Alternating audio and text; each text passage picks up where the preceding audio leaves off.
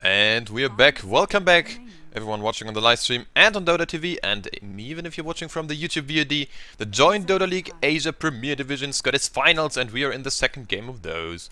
Pretty good stuff so far, and we of course in the pretty much round one matchup here. We've got Scythe against MiTH, so whoever wins this is gonna face Titan.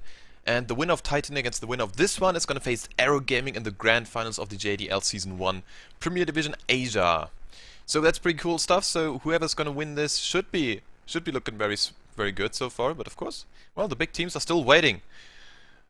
Anyways, Scythe just played an immaculate game one. They pretty much won in what, 18, 19 minutes? It was ridiculous. They had Miracle on an anti-mage who didn't get any CS like until 8 minutes in. He was like on 8 CS or something. And then he just still had a very timed Battle Fury, some pretty damn amazing items, and he just ran away with the whole game. So that's pretty awesome. Also, I've got two guys who are making stats. One of them is from Orange. You might know him. He's Shocks. And of course, Captain Kirk, the man himself, Mr. Stats. And we're gonna see how this goes. It's gonna be rather interesting. Hope not too much trolling is gonna be going on, but well, we can find out. So far, Scythe picking up Center Warner as a first pick. That is rather interesting because we still have an Ember Spirit in the pool, but I guess they just don't like him.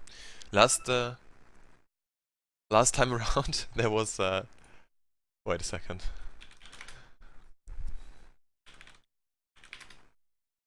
Okay, so we're good once again, sorry. Last time around there was like an Ember Spirit...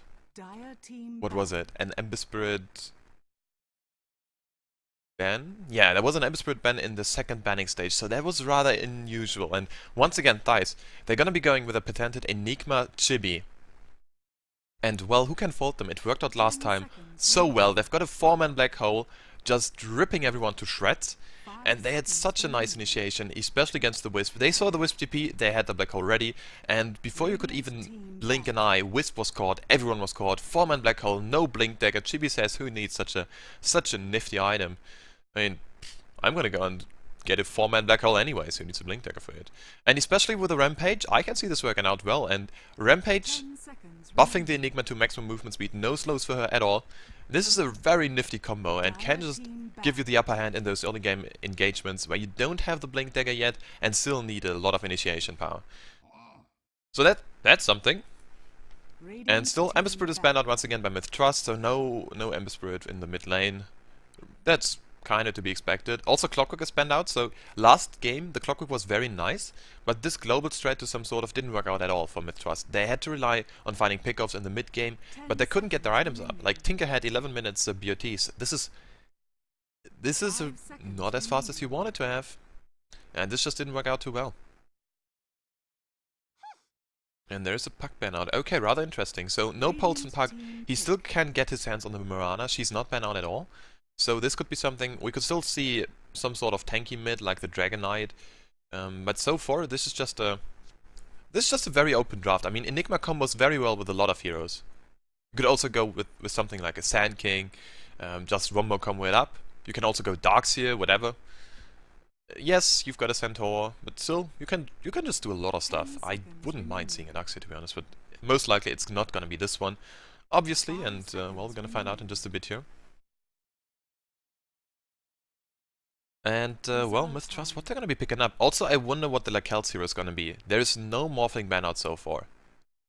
And, like, Lakel's is so strong on his Morphling. But there is a Nyx. Okay, so... Mr. Nyx is gonna have himself a heyday against the Enigma. You can just dodge so much stuff with the Spike Carapace. You can also just run in the black hole and Spike Carapace right away. This is really annoying. And... now this time around we're gonna have a Shadow Shaman with a Hex, with a Shackle. Shackle doesn't have the most range, but it's alright, and the Hex has got an okay range. You can have your Nyx with a Spike Carapace as well as your Impale.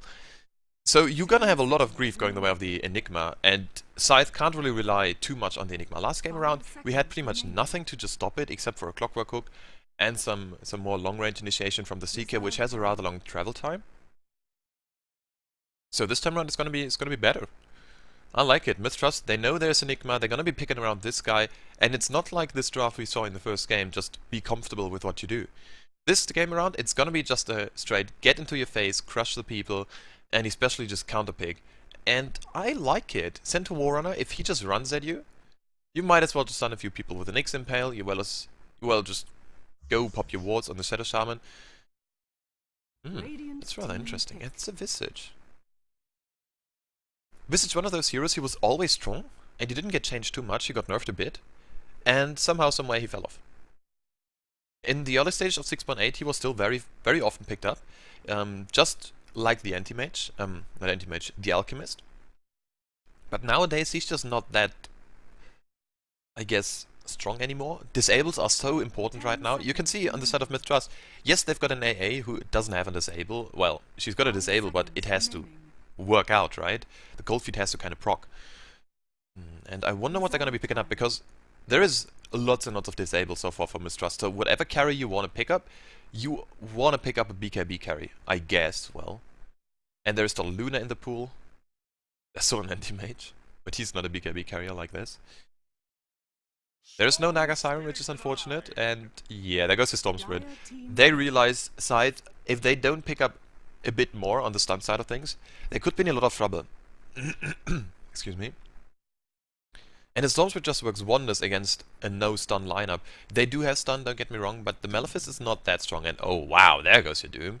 Hello! And this could very well be a mid-Doom by Pulson. I think I saw him playing quite a bit of Doom, actually. Yeah, this is certainly gonna be... Yeah, this is a safe lane Doom or a mid Doom, and I don't think Miracle is gonna farm him. This is... That's an interesting pickoff, and also interesting is gonna be to see if Scythe actually gonna be banning out the Miracle, the Lakel's Morphling. Because they do have lots of time. Yeah, there goes the Morphling. This is safe, you want to go to the plans. Even though the prize pool isn't that huge, it's still lots and lots of money, so you might as well play it really well. So what is the other plan here for MiTH? The Chaos Knight didn't work out. At all. You didn't get the farm up, you didn't get the Wisp DT up. Wisp had a rather steep step to the level 6, so it just wasn't enough. It just wasn't enough. And what they're going to be picking up? There's still lots of viable carries in the pool, don't get me wrong, but... 5 seconds I wonder. I mean, they've got so much control, they could even go with something more unorthodox. There is a Doom though, but the Doom should be focusing on the Storm Spirit, on the Nyx Assassin maybe even on the Shadow Shaman. If Shadow Shaman just Shackle Summon for the full duration, this is kind of bad. Maybe a Weaver could be it? He's elusive, he doesn't get brought down too much by the Enigma. But the thing is, I didn't see MiTH too much in the latest week, so I wonder what they're gonna be picking up. And they're taking a sweet ass time, 15 more seconds on the bonus time, so this is the last pick. Of course they do have the time, but they might as well just use it here. Maybe it's gonna be a Faceless Void? I am not sure at all. If Faceless Voids get doomed, he doesn't have backtrack, so... It's a Dragon Knight, wow! So, most likely it's gonna be a safe lane Storm Spirit. Or Lakel's Dragon Knight? Huh. I am not sure. And either way, oh wow, and we've got a Shadow Fiend. Okay, so we're gonna have a 1-position Doom. Ay, this is something. Well, I like it. 1-position Doom? Why not? I hope he goes carry style though in this lineup. Or actually, picking up a Blink Dagger would be great as well. What? Miracle Shadow Fiend? Okay. Well, that's rather unusual. I have no idea what's going on. Anyways, let's go ahead and introduce the players on the side of MiTH. The players from Thailand. We're gonna have TNK on the Ancient Apparition.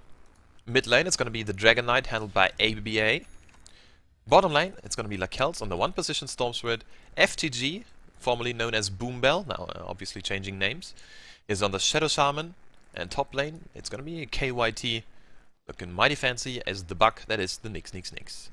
On the side of Scythe, we've got Miracle handling the Shadow Fiend, heading to the mid lane. Visage is gonna be played by X-Freedom, and now he's, well, Infinity. Pulson is gonna be handling the pretty much 1-position Doom here. Hana, also heading down to the jungle. It's gonna be the Centaur Warrunner, just going up against someone, I guess. Chibi on the Enigma. And, well, how are they gonna lane this? Please do not go quad lane. This worked out for Navi, this worked out for a few other teams, but I'm not sure if this is going to be working out this time around. Because if you go quad lane, you want to face the